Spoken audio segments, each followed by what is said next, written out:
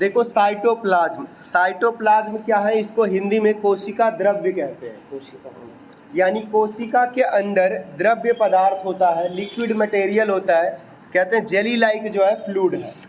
इसी jelly like fluid में क्या होता है, तो कोशिका के अंग होते हैं यानी सेल ऑर्गेनल्स होते हैं।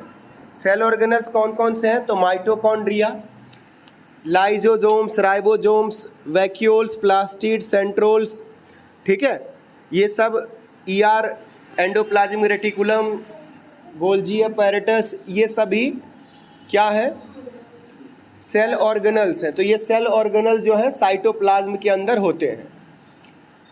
तो उसी का डेफिनेशन वगैरह देखो लिखा, cytoplasm is the fluid content inside the plasma membrane, it also contains many specialised cell organelles, each of these organelles perform a specific function for the cell. Cell organelles are enclosed by membrane. Cell organelles enclosed by membranes. Viruses lack any membrane and hence do not show characteristic of life until they enter a living body and use its cell machinery to multiply. देखो जो virus होता है ना, virus में membrane नहीं होती, ठीक है, वायरस में मेम्ब्रेन नहीं होता, वायरस भी सिंगल सेल है। वायरस जब तक हमारे बॉडी में एंटर नहीं करता, कोई भी लिविंग बॉडी में, सजीव में वायरस जब तक एंटर नहीं करता वो मल्टीप्लाई नहीं होता, 1 से 2 अपनी संख्या नहीं बढ़ा पाता। प्रोकैरियोटिक और यूकैरियोटिक के बारे में आपने सुना, बताया हमने लास्ट क्लास में, फिर से एक बार बताता हूँ। देखो प्रोकैरियोटिक सेल होते हैं और यूकैरियोटिक भी सेल होते हैं, यानी कोशिका होती है। अब जिन कोशिकाओं में न्यूक्लियर रीजन बाउंडेड होता है, यानी न्यूक्लियर मेम्ब्रेन से घिरा होता है, उसे यूकैरियोटिक बोलते हैं, और जो न्यूक्लियर मेम्ब्रेन से घिरा हुआ नहीं होता है उसको प्रोकैरियोटिक बोलते हैं, उसे प्रोकैरियोटिक बोलते हैं, ठीक है। सेल ऑर्गेनल्स के बारे में अब हम लोग पढ़ेंगे। सेल ऑर्गेनल्स क्या क्या हैं, तो mitochondria, Golgi apparatus, endoplasmic reticulum, lysosomes, plastids, ये सभी सेल के ऑर्गेनल्स हैं, कोशिका के अंग हैं, कोशिकांग कहते हैं इनको। तो पहला कोशिकांग जो है एंडोप्लाज्मिक रेटिकुलम से हम लोग शुरुआत करते हैं। ईआर, इसको हिंदी में कहते हैं अंतःद्रव्यीय जालिका, अंतःद्रव्यीय जालिका। तो खुदरा, ये रफ होता है और एक स्मूथ होता है, खुदरा यानी रफ और स्मूथ को चिकनी कहते हैं। तो जो ये एंडोप्लाज्मिक रेटिकुलम होता है ये वेसिकल लाइक इसका स्ट्रक्चर होता है, बैग नुमा संरचना, न्यूक्लियस के चारों ओर यानी केंद्रक के चारों ओर ये फैला होता है, और ये सेल के अंदर जो एक्टिविटीज़ होते हैं, जो काम होता है उसको कराने में ये हेल्प करता है, या उस एक सरफेस प्रोवाइड करता है जिस सरफेस पर वो एक्टिविटीज़ यानी सेलुलर एक्टिविटीज़ हो सके, कोशिका में क्रिया चीज़ें प्रोसेस हो सके। खास करके कौन कौन सा प्रोसेस होता है तो वो भी हम बात करेंगे कि प्रोटीन वगैरह सिंथेसाइज ईआर में ही होता है। आगे लिखा हो कि ये 2 तरह का होता है, स्मूथ ईआर और रफ ईआर। लिखा हुआ है कि रफ ईआर रफ इसलिए होता है क्योंकि माइक्रोस्कोप से जब देखा गया तो यहाँ पर एक राइबोसोम्स नाम का पार्टिकल्स अटैच होता है, यानी ईआर जो रफ होता है उसके ऊपर क्या होता है, एंडोप्लाज्मिक रेटिकुलम जो रफ है, रफ के ऊपर राइबोसोम्स, ये भी सेल ऑर्गेनल है, तो राइबोसोम्स चिपके हुए होते हैं। तो जिन भागों पर राइबोसोम्स चिपका हुआ है उसे रफ बोलते हैं, और जिस पर नहीं चिपका हुआ है उसे स्मूथ बोलते हैं। The ribosomes which are present in all active cell they are the site of protein manufacture, यानी ये राइबोसोम्स ही है जो मैन्युफैक्चर करते हैं किसको, प्रोटीन को। मैन्युफैक्चर मतलब निर्माण करना, बनाना। तो आप कह सकते हो रफ ईआर के द्वारा प्रोटीन मैन्युफैक्चर होता है, यानी रफ ईआर के ऊपर राइबोसोम्स होता है, जिस वजह से जो है ईआर फॉर्म होता है, सॉरी क्या फॉर्म होता है, protein. The manufactured protein are sent to the various place in the cell depending on the need. तो सेल के अलग अलग भागों तक या बॉडी के अलग अलग सेल तक, पार्ट्स तक, जहाँ पर प्रोटीन की ज़रूरत होती है वहाँ तक प्रोटीन को भेजा जाता है। यहीं से भेजा जाता है, एंडोप्लाज्मिक रेटिकुलम से भेजा जाता है। आगे है smooth endoplasmic reticulum. Smooth endoplasmic reticulum helps in the manufacture of fats and lipids. तो फैट और लिपिड्स फॉर्म करने में जो है ये मदद करता है। Important for the cell function है some of these protein and lipids help in the building of the cell membrane. देखो सेल का मेम्ब्रेन मैंने पूछा भी थोड़ी देर पहले आपको, प्लाज्मा मेम्ब्रेन किससे बना है, तो वो प्रोटीन और लिपिड से ही बना है। तो प्रोटीन जो है सेल मेम्ब्रेन को बनाने में हेल्प करता है, और ये सेल मेम्ब्रेन को बनना यानी सेल मेम्ब्रेन का निर्माण होना, पुनः निर्माण होना, दोबारा उसको बनाना, इस प्रोसेस को बोलते हैं मेम्ब्रेन बायोजिनेसिस। मेम्ब्रेन बायोजिनेसिस यानी building of the cell membrane is called membrane biogenesis. The process is known as membrane biogenesis. Yes, Hindi में मेम्ब्रेन बायोजिनेसिस को कोशिका नहीं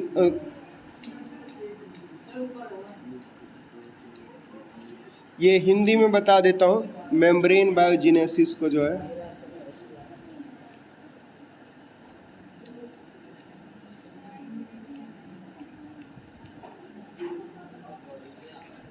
नहीं यहाँ पर है, ये लिखा है कि कोशिका बनाने में जो है मदद करता है। इसको हिंदी में कहते हैं जीवात जनन। जीवात जनन लिखा हुआ है, हाँ, यानी कोशिका झिल्ली के निर्माण को जीवात जनन कह रहे हैं इस प्रक्रिया को। Some other protein and lipids function as a enzyme and hormones, यानी प्रोटीन और लिपिड्स का कुछ और भी फंक्शन है, एंजाइम्स और हार्मोन के निर्माण में भी ये हेल्प करता है। Although ER varies greatly in the appearance in different cells, it always forms network system। कह रहे कि कुछ सेल में ये अलग अलग भी थोड़ा सा होता है, लेकिन ये मेन नेटवर्क का ही काम करता है। नेटवर्क का क्या मतलब हुआ कि जो फंक्शन हो रहा है सेल के अंदर, वो उन फंक्शनों को ये जोड़ने का काम करता है, एक दूसरे से संबंध स्थापित करने का सरफेस प्रोवाइड करता है। इन्हीं के सतह पर वो क्रियाकलाप होते हैं। Thus, one function of ER to serve as a channel for the transport of material between various regions of the cytoplasm or between the cytoplasm and nucleus। Cytoplasm के अलग अलग जगह पर और न्यूक्लियस साइटोप्लाज्म के आसपास, तो ये एक चैनल ट्रांसपोर्ट मटेरियल करने का काम करता है। चैनल का मतलब रास्ता होता है, रोड होता है। यानी ये जो एंडोप्लाज्मिक रेटिकुलम है, ये आसपास में सरफेस बना रखा, चैनल बना रखा, जिसके थ्रू मटेरियल जो है ट्रांसपोर्ट होता है, एक जगह से दूसरे जगह तक पहुंचता है, ये बता रहे हैं। तो ये एक तरह से फंक्शन है ईआर का कार्य। ER also function as a cytoplasmic framework providing a surface for the same biochemical activities. ये बताई दिया। बायोकेमिकल एक्टिविटीज़ मैं बोल रहा हूँ, क्रियाकलाप। बायोकेमिकल एक्टिविटीज़ जो हमारे जीवित शरीर में होता है उसको बायो एक्टिविटी कहते हैं। तो सेल के अंदर जो हो रहा है वो बायोकेमिकल एक्टिविटी हो गया। In the liver cell the group of animals called vertebrate. कह रहे हैं कि लीवर सेल में जो वर्टेब्रेटा होता है, कशेरुकी बोलते हैं हिंदी में, ये पढ़ोगे 7th चैप्टर में। वैसे सिलेबस से ये डिलीट कर दिया गया है, तो अब 11th क्लास में ही पढ़ोगे। ऐसे जीव जिनकी रीढ़ की हड्डी होती है, यानी जीवों का वर्गीकरण एक चैप्टर है जो डिलीट कर दिया है, अब 11th में एक ही बार पढ़ोगे। तो उस चैप्टर में ना अलग अलग प्रकार के जीव होते हैं। तो कुछ ऐसे जीव होते हैं जिनकी रीढ़ की हड्डी होती है, उनको हिंदी में कशेरुकी और इंग्लिश में वर्टिब्रेट कहते हैं। तो उनके अंदर कह रहा है कि SER plays a crucial role in detoxifying many poisonous या पॉइजन्स एंड ड्रग्स। देखो शरीर के अंदर बहुत सारी चीज़ें, विषैला पदार्थ तैयार होता है, निर्माण होता है, तो उनको भी जो है ना डिटॉक्सिफाई करता है। डिटॉक्सिफाई मतलब उसके असर को ख़त्म करता है, उसको जहरीलापन को दूर करता है। कौन करता है? तो स्मूथ ER। तो आप कह सकते हो स्मूथ ER का एक फंक्शन है कि हमारे सेल के अंदर डिटॉक्सिफिकेशन करता है। डिटॉक्सिफिकेशन मतलब जो टॉक्सिक चीज़ें बन रही है उसको ख़त्म करता है, दूर करता है। टॉक्सिक चीज़ें का मतलब क्या हुआ, जहरीला पदार्थ, विषैला पदार्थ। तो लिखा है यहाँ पर पॉइजन्स एंड ड्रग्स, इसको डिटॉक्सिफाई करता है। आप एंडोप्लाज्मिक रेटिकुलम को भी देख सकते हो, देखो ये न्यूक्लियस है और न्यूक्लियस के ये आसपास जो ये है यही एंडोप्लाज्मिक रेटिकुलम है, ठीक है। ये जो साइड से ये देखो यहाँ पर ये है,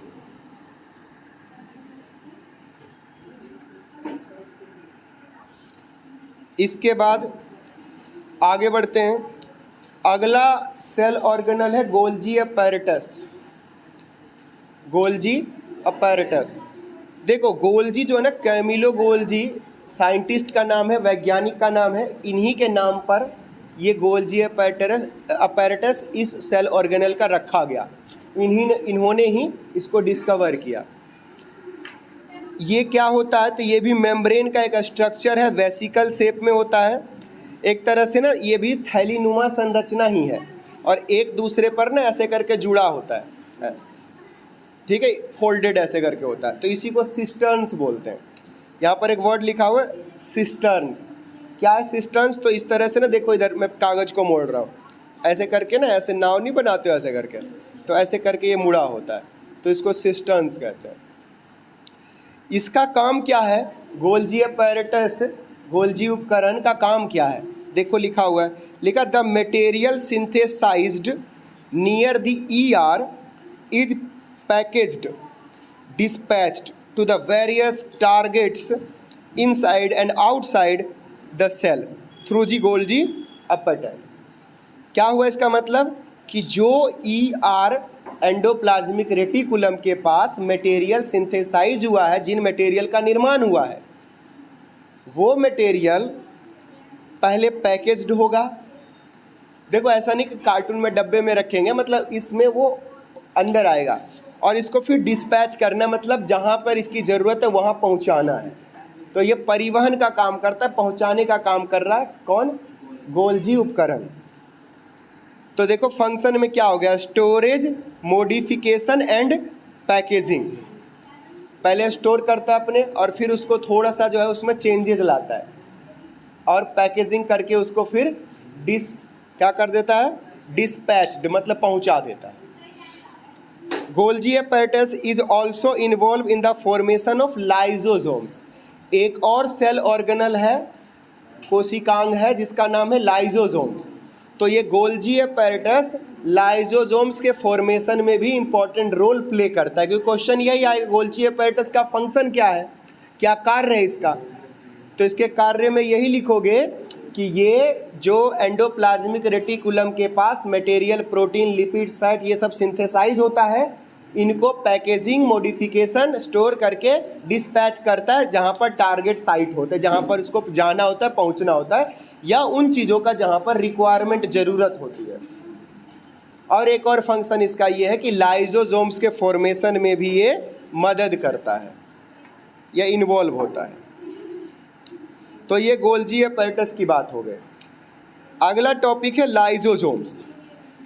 ये भी सेल ऑर्गेनल्स है। लाइजोसोम्स बाबू लिखा हुआ है कि membrane bound sac filled with the digestive. तो देखो ये भी अपना इसका मेम्ब्रेन होता है, थैली में बंद होता है। इसमें एक इंजाइम होता है, इंजाइम को बोलते हैं रस, पाचक रस। इसके अंदर डाइजेस्टिव इंजाइम होते हैं, पाचक रस होता है। वो रस का क्या काम है, लिखा these enzymes are made by the ER, यानी रफ ER के द्वारा ही वो इंजाइम बना है। Lysosomes are kind of waste disposal system of the cell. क्या होता है, सेल के अंदर मान लो 2-4 जो है ना माइटोकॉन्ड्रिया मर गए, 2-4 गोल्जी apparatus मर गए, 2-4 प्लास्टिड मुरझा गया, मर गया, तो वो तो उसके अंदर मरा हुआ, उसकी डेड बॉडी पड़ी रहेगी, यानी वेस्ट मटेरियल पड़ा रहेगा। इसके अलावा जो सेल के अंदर क्रियाकलाप यानी एक्टिविटीज होता है, उससे भी कुछ जो है अशुद्धि, वेस्ट मटेरियल का निर्माण सेल के अंदर हो जाता है। तो ये लाइजोसोम्स क्या करता है, अपना केमिकल उसके ऊपर डाल देता है लाइजोसोम्स, और वो केमिकल उन वेस्ट मटेरियल को ख़त्म कर देता है। तभी इसको कह रहे हैं कि लाइजोसोम्स आर वेस्ट डिस्पोजल, यानी ये वेस्ट मटेरियल को डिस्पोज करता है, खत्म करता है। लाइजोसोम्स ये नहीं, सेल के अंदर जो फालतू की चीजें हो गई।